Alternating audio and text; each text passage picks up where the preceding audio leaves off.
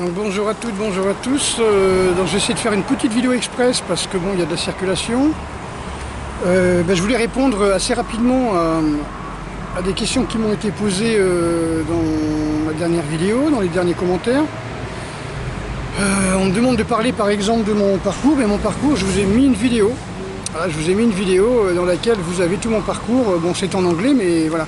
On ne parle pas de Systema dans cette vidéo parce que ça s'est fait après mon livre, mais voilà, c'est une vidéo qui parle de mon livre, Le secret des ninjas. Donc j'ai fait 2 livres de plus et j'ai pratiqué depuis 5 ans le Systema. Donc c'est pas à jour, mais au moins vous avez mon parcours karaté, boxe américaine, etc. Bon. Voilà, qu'est-ce que le saki? Donc, le saki, c'est la perception d'un danger, quoi. Donc, comment développer le saki? Justement, je l'explique dans mon livre, en ce que je parle du système nerveux autonome. Voilà, donc les ermites avaient expliqué aux ninjas comment développer leur saki, leur intuition, leur perception du danger déjà en mangeant végétarien, en méditant, en jeûnant. Voilà. Ensuite, on me demande de la méditation. Qu'est-ce que la méditation? Mais encore une fois, la méditation va travailler votre système nerveux autonome, va permettre d'être à l'écoute de vous-même. Donc, si vous voulez un exemple de méditation, pour faire vite, simplement vous concentrer sur votre respiration. Voilà, si vous voulez faire des sons, vous récitez les voyelles et vous concentrez sur le son, sur la vibration du son. Ça peut être ça aussi. La méditation, vous pouvez la faire en marchant, en respirant. Vous comptez les respirations, 10 pas j'inspire, 10 pas j'expire, comme ça, ou bien 5 pas, 6 pas, puis vous montez jusqu'à 10, 15, 10 pas j'inspire, 10 pas j'expire. Ça peut être une méditation. Méditation, c'est tout ce qui peut vous couper un petit peu des sollicitations, on va dire, futiles du monde extérieur. Du moment qu'il n'y a pas de danger, vous n'avez pas à être hyper vigilant.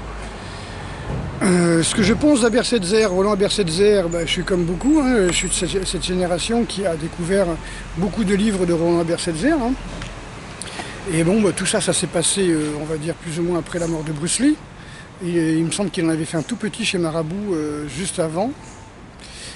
Marabout, il me semble qu'il avait fait un petit Marabout Flash quand il était ceinture verte. Et avec les schémas de kata de Maître Kazé. Voilà, j'ai beaucoup lu ça quand j'avais une dizaine d'années.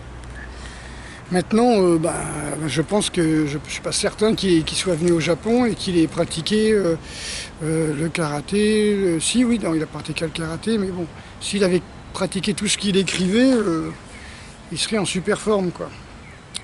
Ensuite, Tokitsu, ce que je pense de Kenji Tokitsu et de ses recherches sur le ki, c'est très bien. C'est super, moi j'ai bien aimé ce qu'il parle de Ida Sensei, quand il parle un petit peu de la relation avec les ninjas et le monde, on va dire, des artistes de cirque, des nomades. Donc ça j'avais beaucoup aimé, beaucoup apprécié cet article-là. Maintenant j'ai beaucoup suivi, je l'ai rencontré il y a presque une trentaine d'années maintenant.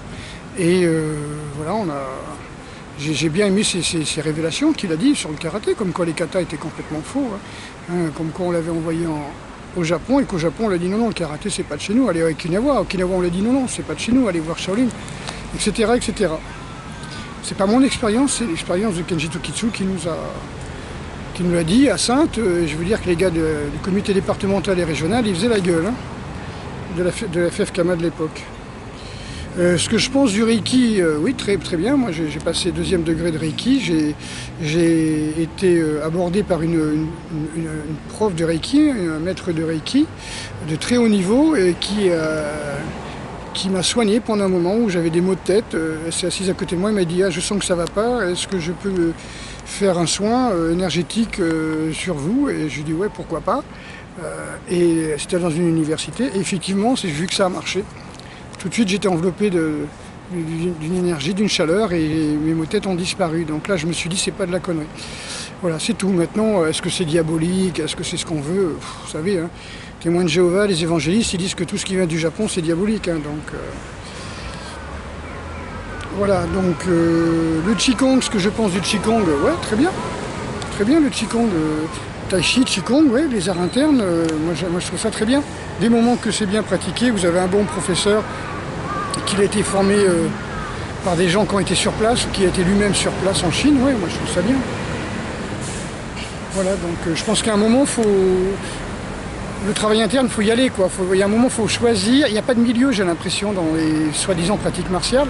Il n'y a pas de milieu, il y a ou l'art interne ou l'art du spectacle. C'est-à-dire où on fait Bercy, on casse des briques, on fait du spectacle en hurlant, en sautillant, en transpirant, ou bien on travaille interne. Pour moi, comme avait dit Maître Hatsumi, l'art martial devient un art de longévité, hein, c'est l'art de vivre, hein, donc l'art de vivre vieux, quoi, l'art de vivre longtemps, vieux et en bonne santé, quoi. Voilà, c'est ça pour moi. Donc il faut arriver à chercher, est-ce qu'on est en bonne santé, est-ce qu'on est en paix, ou est-ce qu'on vit dans la violence et dans la parano, quoi. C'est-à-dire dans l'autodestruction.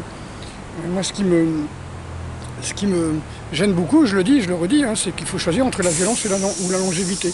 Ou vous vivez dans la parano et c'est vous-même qui allez vous détruire, ou vous vivez dans la parano et la violence et vous passez votre temps à faire mal aux autres, karmiquement c'est pas terrible.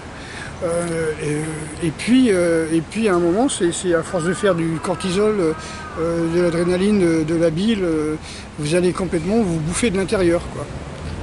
Donc comme j'ai répondu à un commentaire, des grands maîtres entre guillemets français de karaté qui sont divorcés, alcooliques et cancéreux, j'en connais quand même quelques-uns. Voilà, donc qui ont foutu tout dans leur passion et qui ont perdu tout. Et qui, voilà.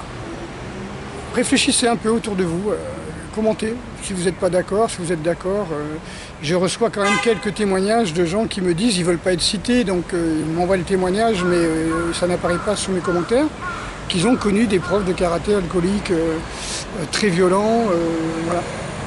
Bien sûr qu'on peut être au tribunal dans le sens où ils étaient protégés par certains réseaux, discrets mais pas secrets, et puis voilà, fédération, quoi, par exemple. Fédération 1000 procès. Voilà, donc je m'acharne pas sur les pratiques Yakuza, hein. Je dis simplement, je sais que j'ai raison et personne ne peut prouver le contraire de ce que je dis. Voilà, donc si vous voulez faire du karaté, allez au Okinawa, prenez vite votre billet d'avion, allez au Okinawa, allez à Shaolin, voir les racines, discuter avec les grands maîtres d'Okinawa, pratiquer dans les vrais dojos d'Okinawa, voilà. Ok, il faut tenir l'alcool, mais bon. Allez, à très bientôt, et puis gros bisous à toutes et à tous. Petit paysage.